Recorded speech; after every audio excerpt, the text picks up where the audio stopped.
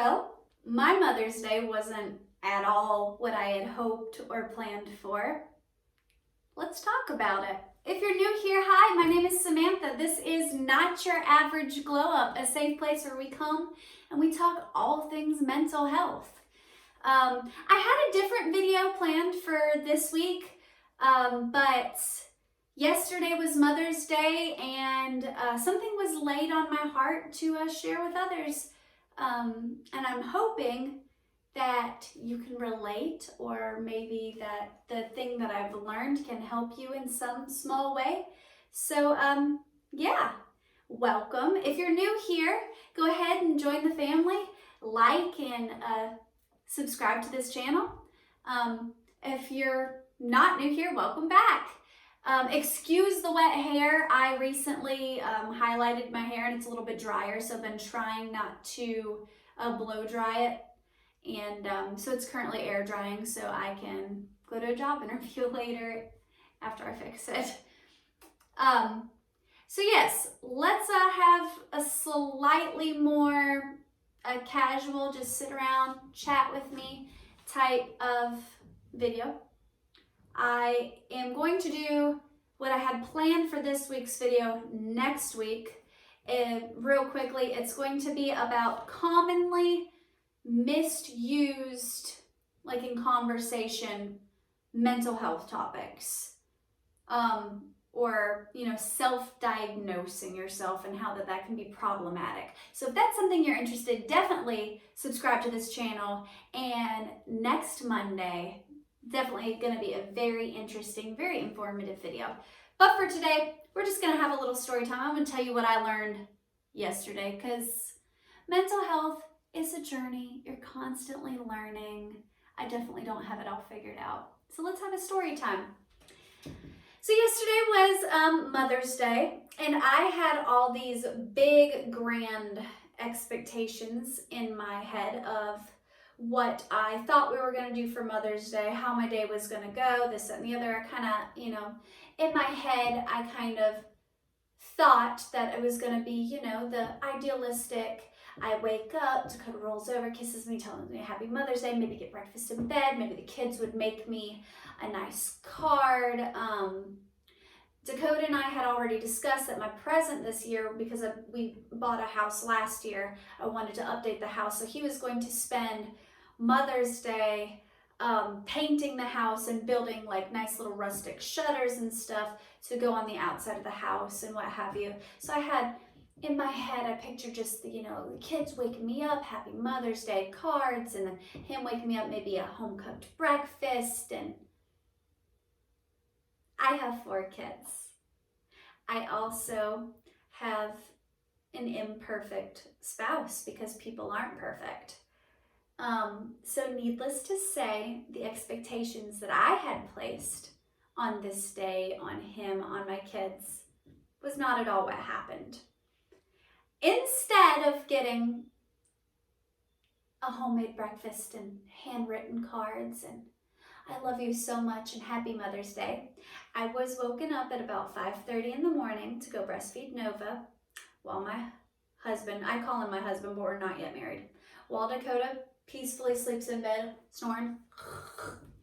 So I wake up, I take care of a baby, I make her some breakfast, then the 4-year-old wakes up, she wants breakfast, and I make her some cereal, and I get them all settled, and then I'm up, because once I'm up, so I have my little cup of coffee, and Dakota finally rolls out of bed about 9:30. All 4 of the kids at this point are woken up.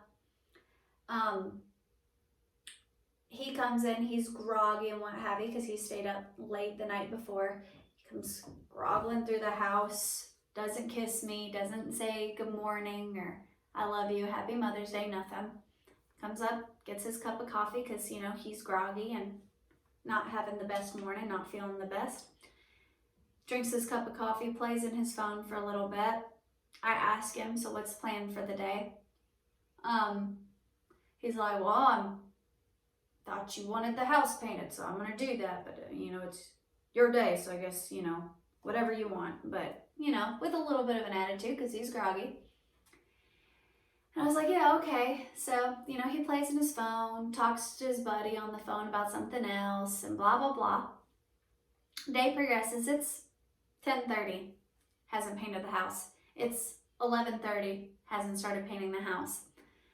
He finally gets the stuff out and then asks me, you know, this would go a lot quicker if you pressure wash while I paint it, because the type of paint we're doing, you have to pressure wash off the brick before you apply it or it won't adhere. So I go to get the pressure wash stuff, and at this point I'm getting a little irritable. I'm like, this guy has not told me Happy Mother's Day. Kids haven't written me even a card, no flowers, no anything. What?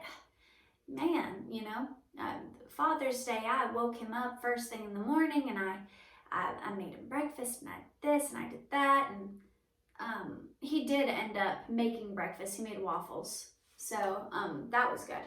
But I was still just, you know, a little peeved, you know, as a lot of mothers would be. And so then he finally gets his stuff out, and his buddies roll up on the four-wheeler. And I'm heated. I'm like, oh, I cannot believe he invited his friends over. It's Mother's Day. This day is supposed to be about me. And I'm just, oh, he hasn't even told me Happy Mother's Day. Now he's going to go hang out with his friends. His house is never going to get painted. And I am just steaming mad. But I'm trying not to cause a scene. I'm trying not to let it show that I'm mad. So I'm just steaming. I'm, at this point, go back inside the house, take care of the kids, feed the baby again, ask him, well, what are we doing for lunch, this, that, and the other. Long story short, the day ended with the house not being painted. He went and rode four-wheelers with his buddies while I took the 4-year-old to the emergency room because she ended up getting strep throat and spiked a fever. Not at all how I anticipated spending Mother's Day. Not at all did it reach my expectations, or was it even, quote unquote, a beautiful, magical, wonderful day. And I could have sat in that, and I could have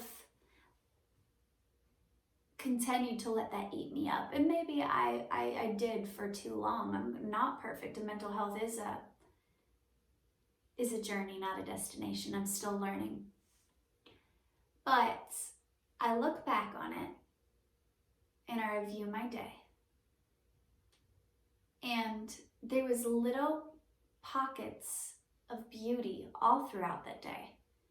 I got to spend a quiet morning with my littlest before the rest of the family got up. I nursed her, we played peekaboo, we had a beautiful little moment. Then I wake up, and the 4-year-old, who was sick, but I didn't even know she was sick, she hadn't yet spiked a fever, got to watch Peppa Pig and watch cartoons together. And then the big one, kids get out of bed, and yes, they didn't make me handwritten cards or anything, but they get up and they're helping out with the little kids, and they did their chores and cleaned up the house for me, so it was less that I had to do that morning. And then Dakota gets out of bed, and yeah, he's groggy, and he didn't come kiss me, and he didn't this, that, and the other. But even though he was groggy, and even though he wasn't feeling good, he still got up and he made me waffles. And it wasn't some big, grand, crazy breakfast that I had in my head. And even though I didn't get the house painted, and I didn't get to ride four-wheelers with them, I got to spend a little bit of quality time with the 4-year-old and take her to the hospital, and the car ride over there and the car ride back. We sang songs and got to spend some quality time, which is very rare now that the youngest has been born. She's only a year old. She takes up a lot of my time and my space. And I was irritated because the expectations that I placed upon my family were not being met. But I almost forgot for a second that all those little frustrations, all those little things that were pissing me off are all blessings. I'm blessed to be a mom that has kids that stress me out. I'm blessed to have a house that needed to be cleaned. I'm blessed that we had friends that wanted to spend time with us, that show up at random and what have you. I'm blessed to have adequate health care and live in a town where we're not overrun with coronavirus at this moment because we live in a small country area. And I'm blessed that I got to spend quality time with my family. And I almost missed that because I was focusing on my expectations not being met. Did I deserve the handwritten cards and the breakfast in bed and the what have you? Of course I do. I'm a great mom. I deserve those things. Everybody does. But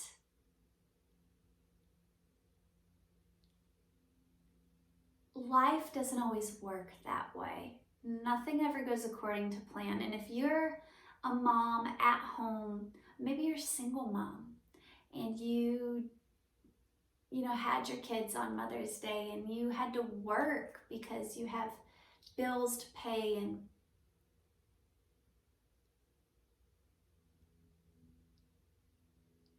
who am I that I'm so entitled that I feel like I have to have this picture perfect thing because I'm a mom? Motherhood is a choice that I made. I chose to lay down and have those kids. They're my responsibility. They're a blessing, but they're a responsibility. And just because I'm a mom doesn't mean that I'm entitled or that I should expect all these grand gestures. They're a bonus. I learned this a while back with relationships. Now, I am not, please don't take this the wrong way, I am not saying accept treatment that is beneath you. I'm not saying you're not deserving of grand gestures, because everyone is. But there's a difference between having low standards and settling and being more realistic with your expectations. I'm not asking you to lower your standards. I'm not asking you to not value yourself. I'm saying when you release your expectations of how things should go, you're more open and more able to receive the blessings that there are in your day. When you're not so focused on, well, I deserve this, this, and this, and this, and I think I should have this, and this, and this, and you're not focused on the negative, you're more receptive to the positive. This is so hard for me to learn, and I'm obviously still learning it because this is something that I was just struggling with yesterday. But I began this journey a few years ago when my mom actually told me, marriage isn't easy. It's not all fairy, but because I am a hopeless romantic.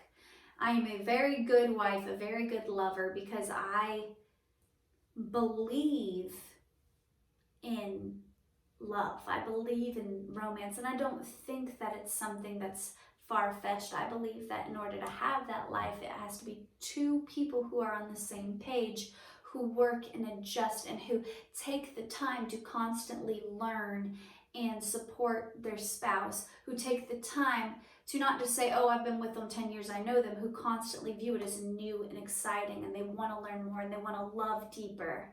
But in order to have that romance, that beautiful life, you have to be willing to compromise. You have to be willing to adjust and shift and grow. I used to believe that that thing was just something that you were owed. It was just something that, should just be given to you, and it should be. But that's not realistic. No one is perfect. No one's going to be able to perfectly meet all your needs and your wants if you don't know how to communicate them in a way that they can receive it. People have different love languages. See, Dakota's love language for me is being the provider. That's how he shows his love. He's not good with words, like a lot of men aren't. he's not this big romantic, rose petals and candles lit kind of guy. He can be that way, but I have to ask. And oh, that used to eat me up so bad when we first got together, because I'm romantic. So I thought, well, he should just know I'm romantic. He should just know that that's what I need and that that's what I want.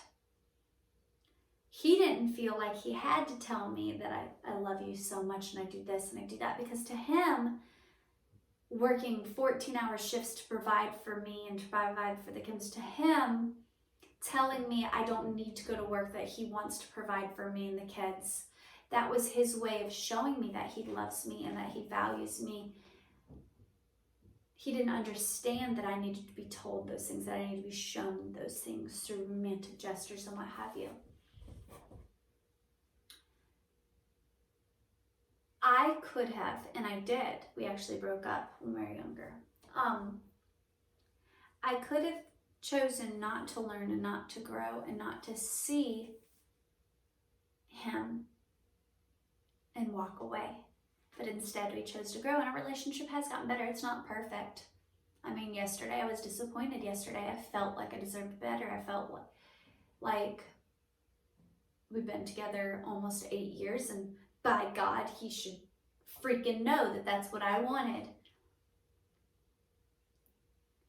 But when I quit setting my expectations up here and I started practicing charitable thinking, and instead of having that me mindset, and I started thinking about him, I started thinking about what he's going through, and I started showing that unconditional love, and I humbled myself, I was able to see the beauty in what is my little chaotic, crazy life. Because life isn't always exactly what you want or exactly what you expect it to be. Life throws you curveballs. People throw you curveballs. Even if he woke up completely ready to do the house and what have you, I still would have had to take my daughter to the emergency room. Even if his friends hadn't showed up or what have you, I still would have had to do that, because that's what being a mother is. And that's what Mother's Day is all about. It's not about, hey, congratulations, you popped out a kid. It's about you raising those kids and you giving of yourself selflessly, because that's motherhood. And no, it's not always easy, and no, it's not always fun, but it's a blessing. So this is a shorter video, and I'm going to close it there. I just want to say, if you did not hear Happy Mother's Day yesterday, Happy Mother's Day.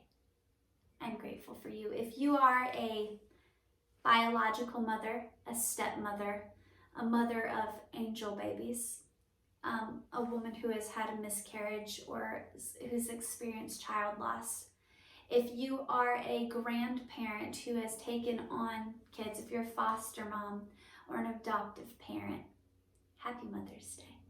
And I hope that somebody out there needed to hear this, and I hope that this reached you.